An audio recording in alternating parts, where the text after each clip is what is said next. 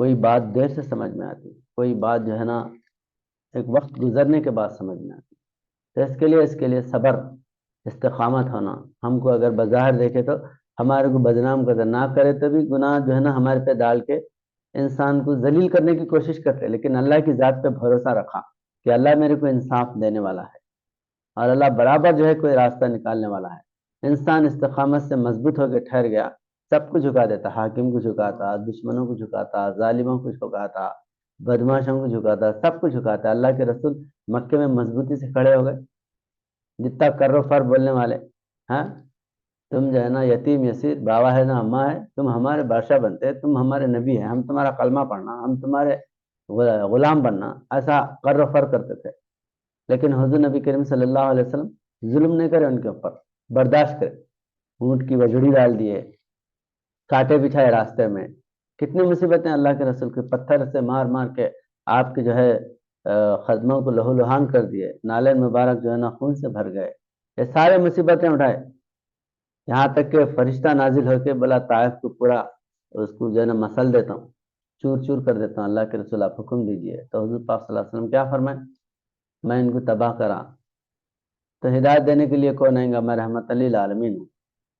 میرے کو نہیں سمجھ کے یہ لوگ ستا رہے، اگر سمجھتے تو نہیں ستاتے تھے. تو اللہ سے کہو کہ ان کو ہدایت دے. جو اللہ تباہ کرنے پہ قادر ہے تو اللہ ہدایت دینے پہ بھی قادر ہے، ہدایت دے سکتا نا اللہ. تو یہ میری قوم جو ہے نا جہالت سے ایسا کر رہی، ہدایت دو. اگر یہ ایمان نہیں لائے تو ان کی آنے والی نسلیں تو ایمان لائیں گی. فرمایا حضور صلی اللہ علیہ وسلم نہیں، مر گئے تو ان کی نسل تو ختم ہو جاتی نا. اگر یہ ایمان نہیں لائے تو ان کی آنے والی نسلیں ایمان لائیں. تو اللہ کے رسول کا جو صبر تھا وہ کیا کیا؟ آپ کے آنکھوں کے سامنے پورے طائف کو مسلمان کر دیا اللہ پاک. فتح مکہ ہوتے ہی 20 دن کے اندر طائف فتح ہو گیا. پورے طائف میں اسلام کا جھنڈا لہرا، کوئی کافر باقی نہیں. آج تک جو ہے نا کوئی کافر طائف میں نہیں، سب مسلمان ایمان والے. تو حضور اگر اس وقت تباہ کرتے تو ان کی نسل رہتی تھی کیا؟ نہیں. تو انسان کا صبر جو ہے نا سب سے بڑا ہتھیار ہے. فتح کا، کامیابی کا سب سے بڑا ہتھیار کیا ہے؟ صبر ہے. اللہ کی ذات پہ بھروسہ کرنا، صبر کرنا. اس لیے علامہ اقبال فرماتے یقین محکم عمل پہم محبت پاتا ہے عالم، جہاد زندگانی میں یہ مردوں کی شمشیریں. مردوں کی شمشیریں جہاد زندگانی میں کیا ہے بولے تو محبت، یقین کامل، انسانوں کی ہمدردی، ان کا درد. یہ کیا ہے بولے تو یہ سب سے بڑے، یہ لوہے کے جو ٹکڑے ہیں یہ انسانوں کے گلے کاٹ دیتے، لیکن جو محبت ہے، صبر ہے، یہ کیا کرتے؟ زندہ کرتے انسانوں کو. مردوں کو زندہ کرنے والے ہتھیار ہے. اللہ والے کے پاس جو ہے مارنے کے ہتھیار نہیں رہتے، زندہ کرنے کے ہتھیار. بامر مجبوری، بہت ہی انتہائی مجبوری کی حالت میں روحانی انسان تلوار اٹھاتا، سڑی ٹانگ کٹی بہتا. جیسا ڈاکٹر جو ہے کینسر ہو گیا، پیر کو سڑ کے پورا جسم متاثر کر دیتا، اس کا لا علاج ہے تو ویسے وقت میں اسی حصے کو پورے بھی جو ہے اس کو چٹنی نہیں بناتا، وہ طے حصہ کاٹ دیتا. تو اسی کا نام ہے جہاد. جو انتہائی درجے پہ وہ سدھرنا ہی نہیں چاہتے تو ویسے لوگوں کے لیے سورنا. روحانی ہتھیار کیا ہے؟ محبت ہے، عشق ہے، انسانوں کا درد ہے. یہ ہتھیار سے حضور صلی اللہ علیہ وسلم مکے کے بڑے بڑے جو ہے نا لوگوں کو فتح کر لیے. حضرت عمر رضی اللہ تعالیٰ عنہ، ابو بکر صدیق رضی اللہ، حضرت امیر حمزہ رضی اللہ تعالیٰ عنہ. تو مکے میں بڑے بڑے قابل ترین لوگ جو ہے حضور صلی اللہ علیہ وسلم کا صبر اور آپ کے استقامت اور آپ کے احسانات دیکھ کے کلمہ پڑھ کے مسلمان. مدینہ میں آنے کے بعد بھی یہی رویہ رہا حضور صلی اللہ علیہ وسلم کا.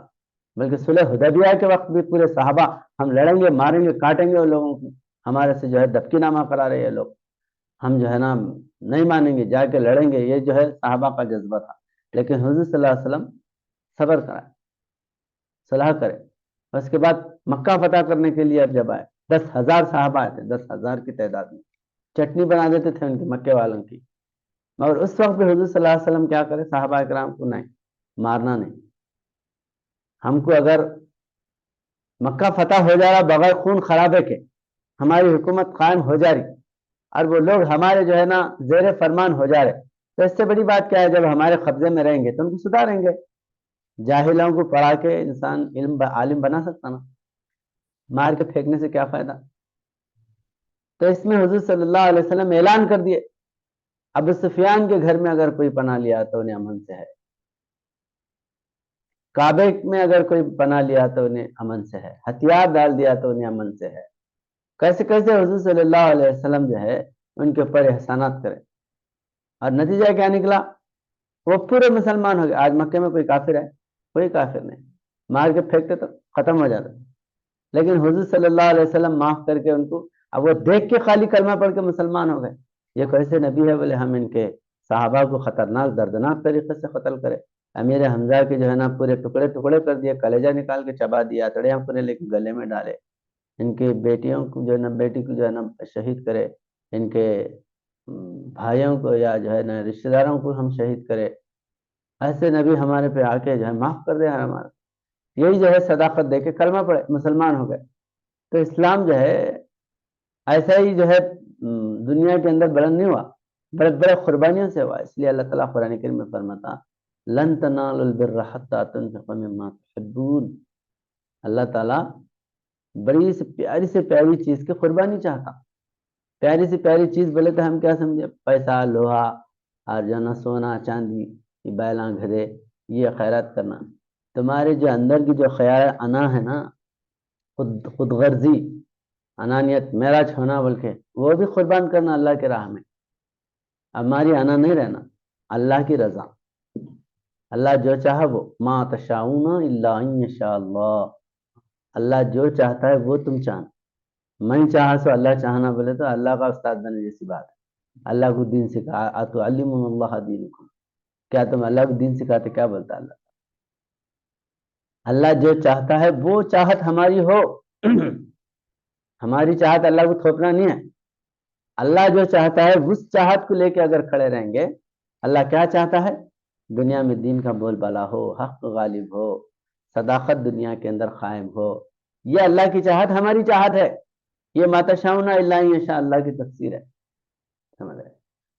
تو اس طرح جو ہے حضور نبی کریم صلی اللہ علیہ وسلم برداشت کی وجہ سے، صبر کی وجہ سے آپ کیا ہے، پورا مکہ، پورے عرب کو فتح کر لیا آنن فان 23 سال کے اندر۔ 23 سال میں خطرناک دشمنوں کو حضور صلی اللہ علیہ وسلم اپنے عزیز پیارے دوست بنا لیے۔ لوگ کیا ہے دشمنوں کو کاٹ کے پھینکتے، حضور صلی اللہ علیہ وسلم دشمنوں کو کاٹ کے نہیں پھینکے بلکہ اپنے دوست بنا لیے۔ بہت کم لوگ جو انتہائی جو ہے ان کو سوائے جو ہے سر کاٹنے کے دوسرا کوئی علاج ہی نہیں تھا، ویسے لوگوں کو، چند لوگوں کو حضور صلی اللہ علیہ وسلم قتل، ورنہ باقی جتنے بھی جری جو ہے نا سخت ترین دشمن تھے وہ محبت والوں میں بدل گئے۔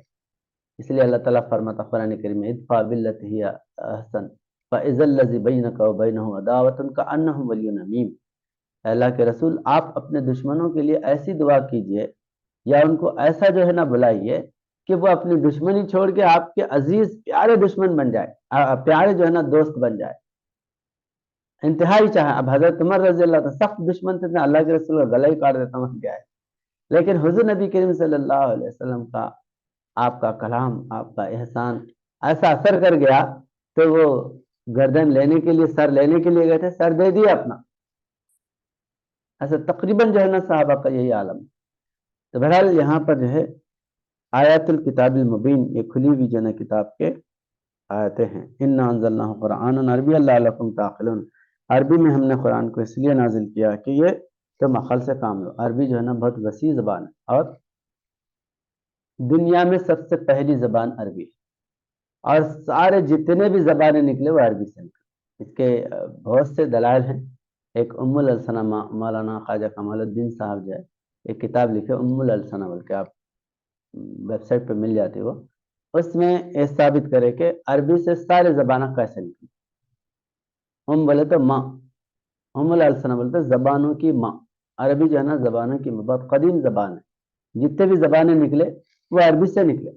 اب لوگ یہاں بولتے سنسکرت جو ہے نا ماتر بھاشا ہے، سنسکرت جو ہے نا پورے بھاشاؤں کی ماتر بھاشا ہے، تو ان کے پاس دلائل نہیں ہیں ماتر بھاشا ہونے کے۔ عربی جو ہے، عربی کے گرامر ہے، عربی کے صیغے ہیں، اور عربی قدیم زبان ہے۔ اس وجہ سے جو ہے نا اب مثال، کیونکہ بہت سے دلائل اس پہ ویڈیوز بھی ہے، آپ دیکھ سکتے۔ 2-3 باتیں میں بتا کے درس کا ٹائم ہو رہا۔ عربی کوئی بھی زبان انسان کی جو فطری نیچر زبان رہتی نا وہ کبھی مرتی نہیں. نیچر جو زبان رہتی وہ کبھی مرتی نہیں, ہمیشہ باقی رہتی ہے. مثلا کوے کی زبان کہاں کہاں کہاں کہاں کرتا, 1,00,000 سال پہلے جو پیدا ہوا اس کی وہ آواز ہے, آج بھی جو کوا پیدا ہوا اس کی وہی آواز ہے. کوئی جو ہے نا اس کے اندر موڈیفائیشن وہ تبدیلی ہوئی کیا؟ نہیں. ارے یہ نیا جو ہے نا ماڈرن دور ہے, یہ کہاں کہاں بڑی خطرناک کر آواز جو ہے نا کانوں کو اندر خراش پیدا کرتی. ذرا بہترین اچھا ٹون نکالیں گے بلکہ چینج کرا کے اللہ کرے گا. نہیں نہیں, اب فونوں میں ٹون چینج کرتے نا جی یہ خراب ہو گیا, اب یہ اچھا ٹون ڈالیں گے بلکہ ویسے ڈالو گے اللہ ٹون نہیں. تو کوے کی جو دنیا پیدا ہوئی جب جو اس کی ٹون تھی آج بھی وہی ٹون ہے اس کی. تو ایسی ٹون جو مطلب جو ہے نا فطرت کی جو آواز ہے وہ کبھی ختم نہیں ہوتی, سمجھ میں. تو اب جو ہے زبانوں پہ, عربی زبان اور دوسرے زبان. سنسکرت زبان ماتر زبان ہے بلکہ وہ آج ہے کہ دنیا میں ہندوستان جہاں پر سنسکرت بولی جاتی, جہاں کی دھارمک بھاشا سنسکرت ہے, آج کوئی سنسکرت بولنے والا ملتا ہے آپ کو بول چال میں؟ یا ٹماٹر بیچنے والا, دہی بیچنے والا کوئی بھی آتا ہے سنسکرت میں پکارتا کیا؟ نہیں پکارتا. یہ زبان مر گئی, ختم ہو گئی. تو اس کا مطلب یہ جو ہے